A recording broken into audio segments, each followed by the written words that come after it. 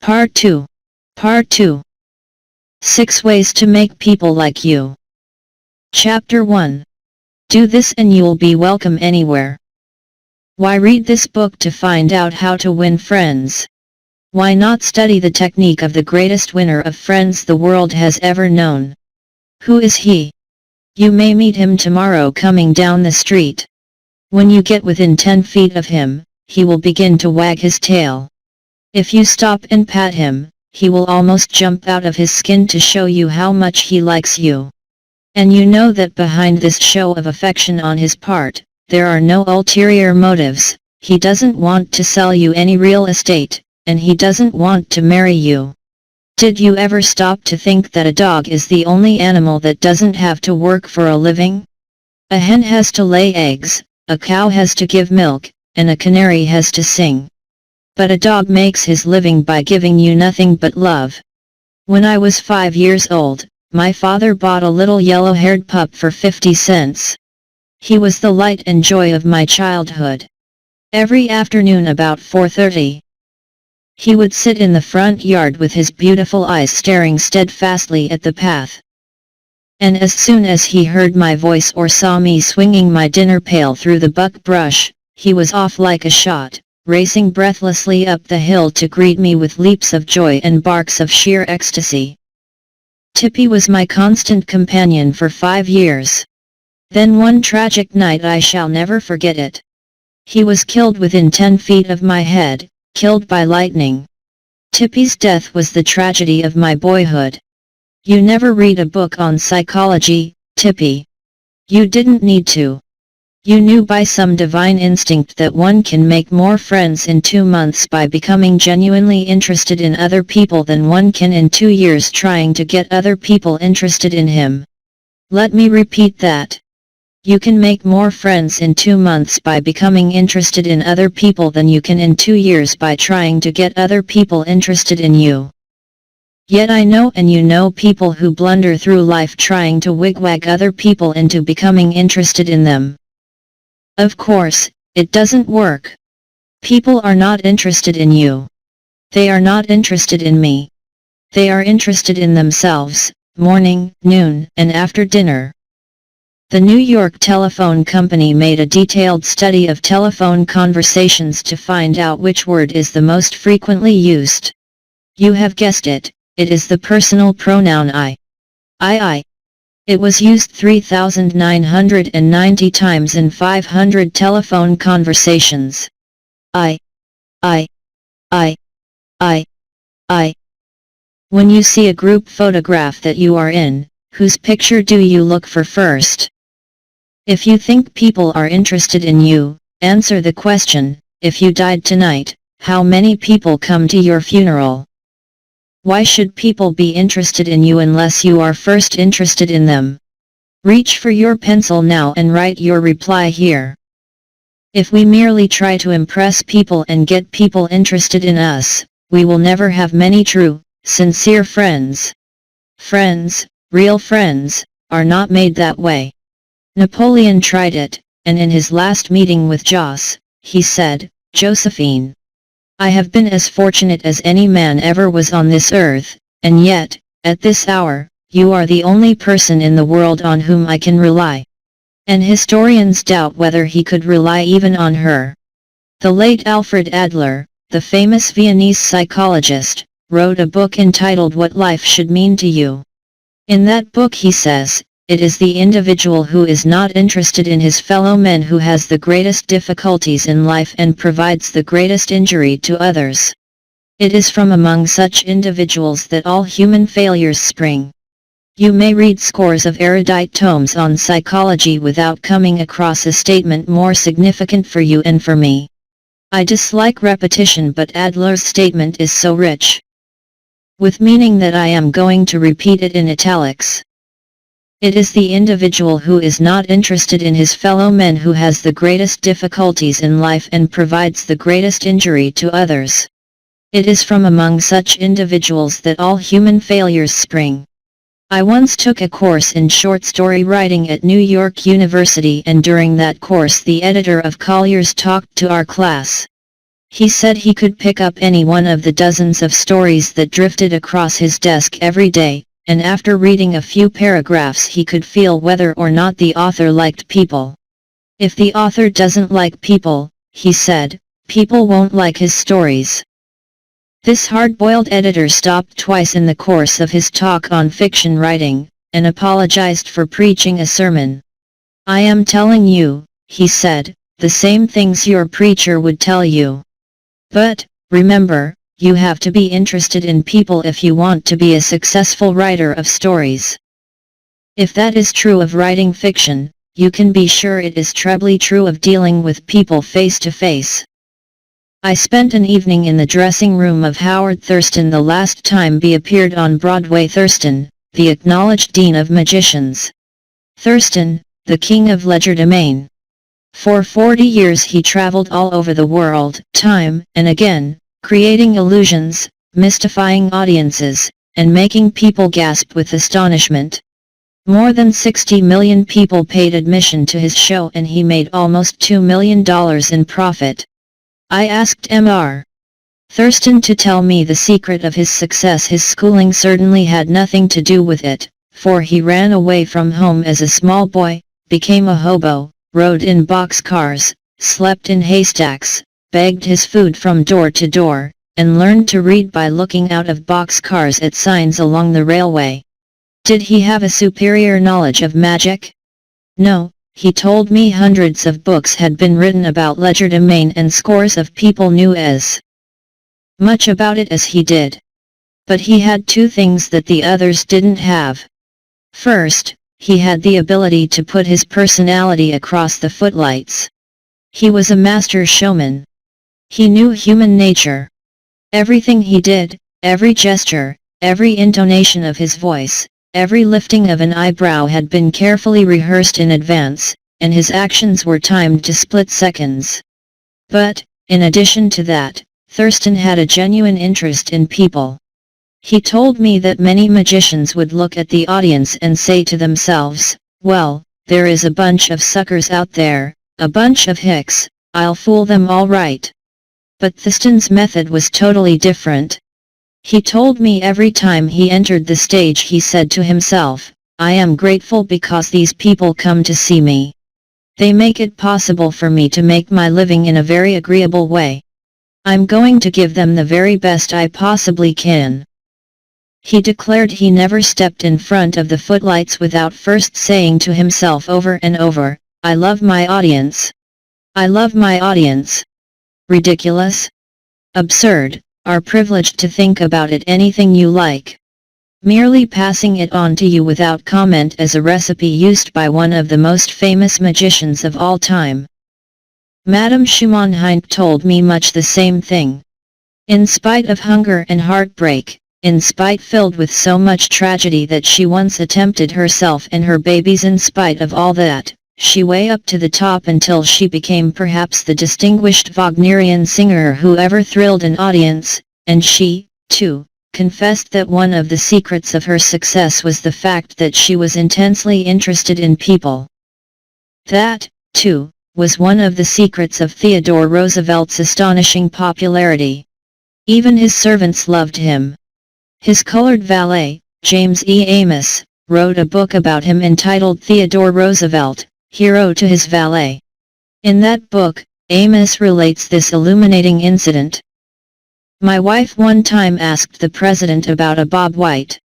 She had never seen one and he described it to her fully. Some time later, the telephone at our cottage rang. Amos and his wife lived in a little cottage on the Roosevelt estate at Oyster Bay. My wife answered it and it was Mr. Roosevelt himself. He had called her, he said, to tell her that there was a bob white outside her window and that if she would look out she might see it. Little things like that were so characteristic of him. Whenever he went by our cottage, even though we were out of sight, we would hear him call out, "Oh, Annie," or "Oh, James." It was just a friendly greeting as he went by. How could employees keep from liking a man like that? How could anyone keep from liking him? Roosevelt called at the White House one day when the president and Mrs. Taft were away. His honest liking for humble people was shown by the fact that he greeted all the old White House servants by name, even the scullery maids. When he saw Alice, the kitchen maid, writes Archie Butt, he asked her if she still made cornbread. Alice told him that she sometimes made it for the servants, but no one ate it upstairs. They show bad taste, Roosevelt boomed, and I'll tell the president so when I see him. Alice brought a piece to him on a plate, and he went over to the office eating it as he went and greeting gardeners and laborers as he passed. Addressed each person just as he was wont to him in the past. They still whisper about it to each other, and Ike Hoover said with tears in his eyes, "It is the only happy day we have had in nearly 2 years, and one of us would exchange it for $100 bill." It was this same intense interest in the problems of other people that made Dr. Charles W. Eliot one of the most successful presidents who ever directed a university, and you will recall that he presided over the destinies of Harvard from 4 years after the close of the Civil War until 5 years before the outbreak of World War I. Here is an example of the way Dr. Eliot worked. One day a freshman L.R.G. Crandon went to the president's office to borrow $50 from the Students' Loan Fund. The loan was granted. "Then I made my heartfelt thanks and started to leave." I am quoting Crandon's own words now. When President Eliot said, "Pray be seated."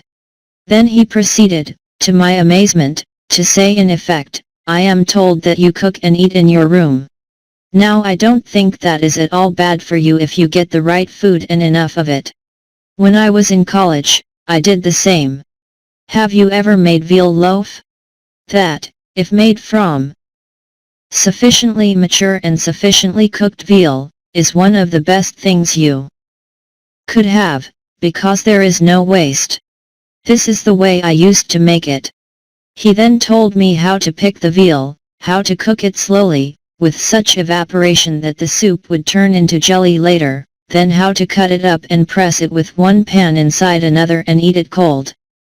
I have discovered from personal experience that one can win the attention and time and cooperation of even the most sought-after people in America by becoming genuinely interested in them. Let me illustrate.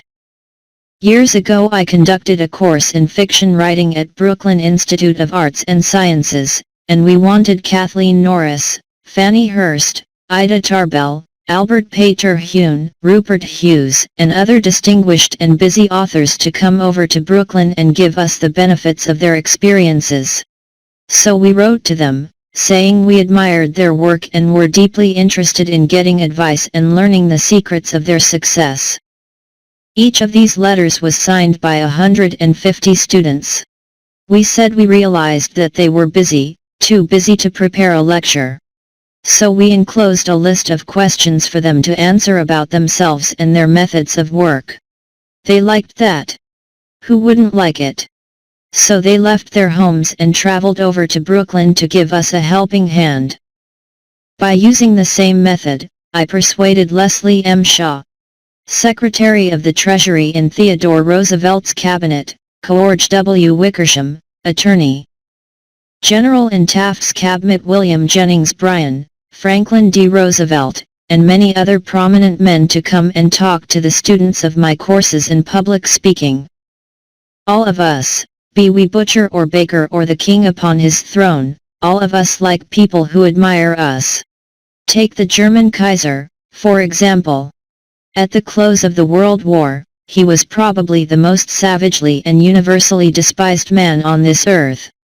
Even his own nation turned against him when he fled over into Holland to save his neck. The hatred against him was so intense that millions of people would have loved to have torn him limb from limb or burned him at the stake. In the midst of all this forest fire of fury, one little boy wrote the Kaiser a simple, sincere letter glowing with kindliness and admiration. This little boy said that no matter what the others thought, he would always love Wilhelm as his emperor. The Kaiser was deeply touched by his letter and invited the little boy to come and see him. The boy came, and so did his mother, and the Kaiser married her. That little boy didn't need to read a book on how to win friends and influence people. He knew how instinctively. If we want to make friends, let's put ourselves out to do things for other people. Things that require time, energy, ishness, and thoughtfulness. When the Duke of Windus, Prince of Wales, he was scheduled to tour South D, and before he started out on that tour he spent studying Spanish so that he could make public talks in the language of the country, and the South Americans loved him for it. For years I have made it a point to find out the birthdays of my friends. How? Although I haven't the foggiest bit of faith in astrology, I begin by asking the other whether he believes the date of one's birth has anything to do with character and disposition. I then ask him to tell me the month and day of his birth. If he says November 24th for example, I keep repeating to myself, November 21st, November 24. The minute his back is turned, I write down his name and birthday and later transfer it to a birthday book. At the beginning of each year, I have these birthday dates scheduled in my calendar pad, so they come to my attention automatically. When the natal day arrives, there is my letter or telegram. What a hit it makes! I am frequently the only person on earth who remembers. If we want to make friends, let's greet people with animation and enthusiasm. When somebody calls you on the telephone, use the same psychology. Say hello in tones that bespeak how pleased you are to have the person call. The New York Telephone Company conducts a school to train its operators to say number please in a tone that means good morning, I am happy to be of service to you. Let's remember that when we answer the telephone tomorrow. Does this philosophy work in business? Does it? I could cite scores of illustrations, but we have time for only two. Charles R. Walters, of one of the large banks in New York City, was assigned to prepare a confidential report on a certain corporation. He knew of only one man who possessed the facts he needed so urgently. Mr. Walter went to see that man, the president of a large industrial company. As Mr. Walters was ushered into the president's office, a young woman stuck her head through a door told the president that she didn't have any stamps for him that day. I am collecting stamps for my 12-year-old son, the president explained to Mr. Walters. Mr. Walters stated his mission, and began asking questions. The president was vague, general, nebulous. He didn't want to talk, and apparently nothing could persuade him to talk. The interview was brief and barren. Frankly, I didn't know what to do. Mr. Walter he related the story to the class. Then I remember his secretary had said to him stamps, 12-year-old son. And I also recalled that the foreign department of our bank collected stamps taken from letters pouring in from every continent washed by the 7 seas. The next afternoon I called on this man and sent in word that I had some stamps for his boy. Was I ushered in with enthusiasm? Yes, sir. He couldn't have shaken my hand with more enthusiasm if he had been running for Congress. He radiated smiles and goodwill. My George will love this one, he kept saying as he fondled the stamps. And look at this. This is a treasure. We spent half an hour talking stamps and looking at a picture of his boy, and he then devoted more than an hour of his time to giving me every bit of information I wanted, without my even suggesting that he do it. He told me all he knew, and then called in his subordinates and questioned them. He telephoned some of his associates. He loaded me down with facts, figures, reports, and correspondence. In the parlance of newspaper men, I had a scoop. Here is another illustration. C.M. Naffel, Jr., of Philadelphia, had tried for years to sell coal to a large chain store organization. But the chain store company continued to purchase its fuel from an out-of-town dealer and continued to haul it right past the door of Naffel's office. Mr. Naffel made a speech one night before one of my classes, pouring out his hot wrath upon chain stores, branding them as a curse to the nation. And still he wondered why he couldn't sell them. I suggested that he try different tactics. To put it briefly, this is what happened. We staged a debate between members of the course on resolved that the spread of the chain store is doing the country more harm than good. Naffel, at my suggestion, took the negative side. He agreed to defend the chain stores, and then went straight to an executive of the chain store organization that he despised and said, "I am not here to try to sell coal. I have come to ask you to do me a favor." He then told about his debate and said, "I have come to you for help because I can't think of anyone else who would be more capable of giving me the facts I want. I am anxious to win this debate, and I'll deeply appreciate whatever help you can give me." Here is the rest of the story in Mr. Naffel's own words. I had asked this man for precisely 1 minute of his time. It was with that understanding that he consented to see me. After I had stated my case, he motioned me to a chair and talked to me for exactly 1 hour and 47 minutes. He called in another executive who had written a book on chain stores. He wrote to the National Chain Store Association and secured for me a copy of a debate on the subject. He feels that the chain store is rendering a real service to humanity. He is proud of what he is doing for hundreds of communities. His eyes fairly glowed as he talked, and I must confess that he opened my eyes to things I had never even dreamed of. He changed my whole mental attitude. As I was leaving, he walked with me to the door, put his arm around my shoulder, wished me well in my debate, and asked me to stop in and see him again and let him know how I made out. The last words he said to me were, "Please see me again later in the spring. I would like to place an order with you for coal." To me that was almost a miracle. Here he was offering to buy coal without my even suggesting it. I had made more headway in 2 hours by becoming genuinely interested in him and his problems than I could have made in 10 years by trying to get him interested in me and my coal. You didn't discover a new truth, Mr. Naffel. For a long time ago, 100 years before Christ was born, a famous old Roman poet, Publius Syrus, remarked, "We are interested in others when they are interested in us." So if you want people to like you, Rule 1 is: become genuinely interested in other people.